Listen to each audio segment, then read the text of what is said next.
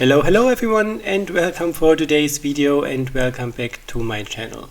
In today's project we are going to play with concrete again, and in case you did not see the first video where I started playing with concrete on a larger canvas, I will link it here in this video as well so that you can have a look at it. I really love the result that I got there. It looks stunning and it is still waiting in my Etsy shop to be one day picked up to find a new home. So if you like, it is linked down below in the video description as well.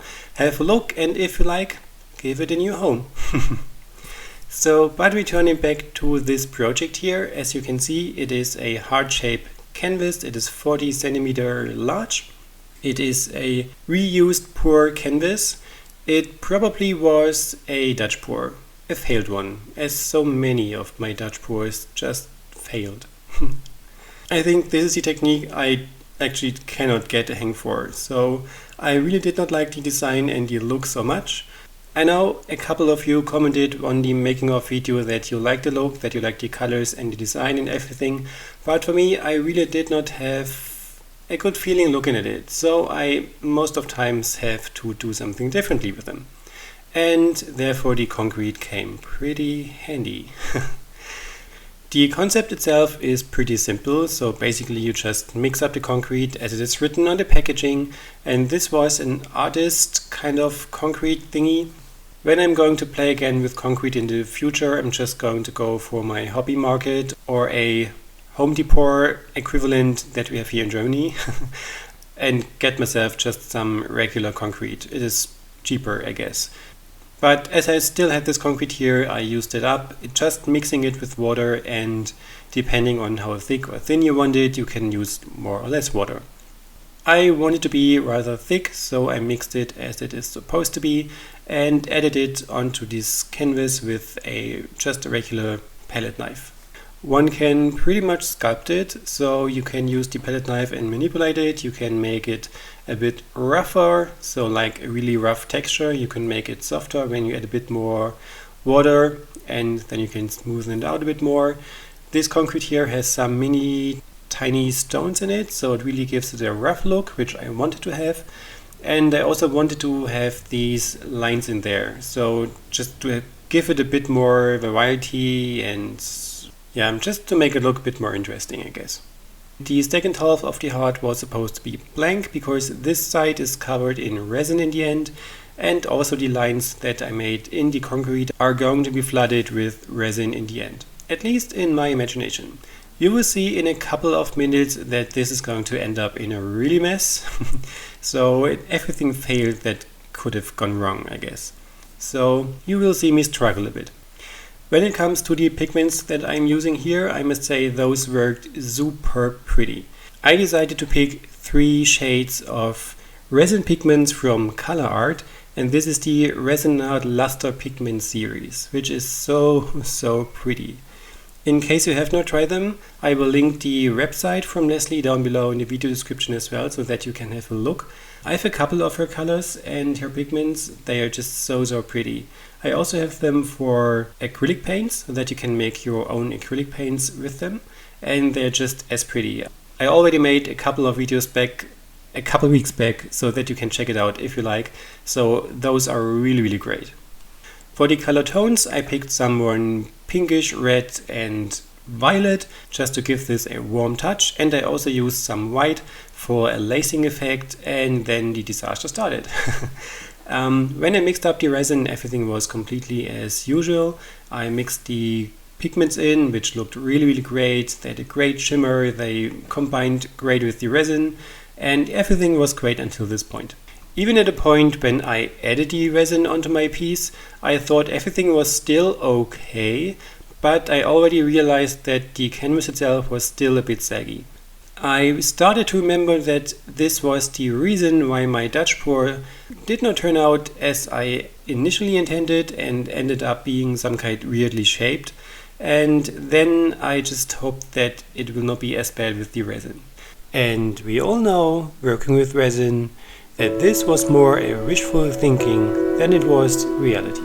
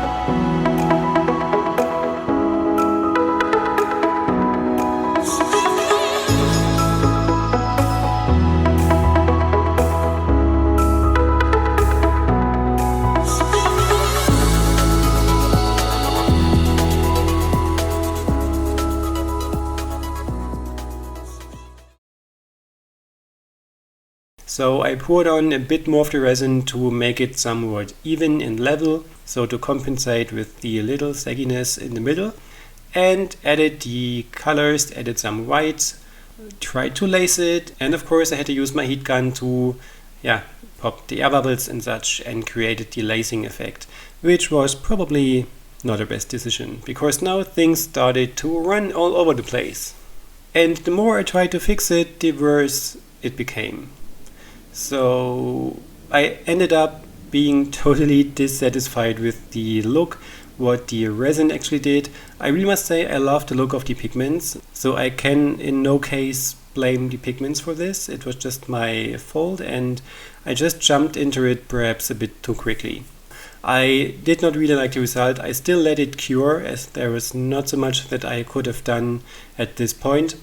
I could have used more white to swipe over, but it overall would have just intermixed all the colors and it would have just dulled everything down, and yeah, you know what happens.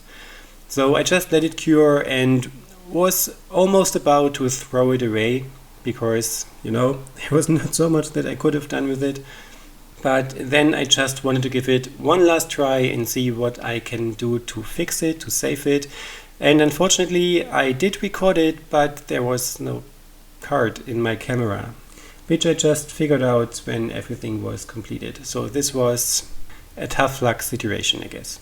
But basically I just mixed up a tiny amount of resin again. I used the white resin pigment again, which I used in the beginning.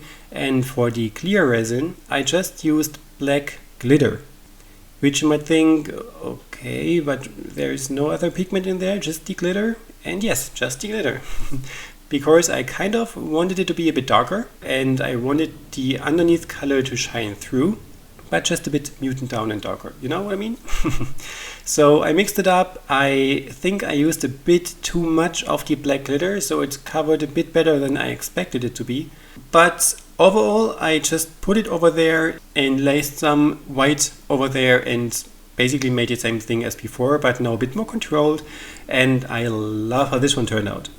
So sorry for not having this on tape, but you can see the end result in the end of the video, and it really saved it for me. So I'm pretty happy that I did not put it away, and hopefully I can encourage you trying something new on your somewhat failed pieces, just to give it another chance to survive and make something pretty, or at least prettier out of it.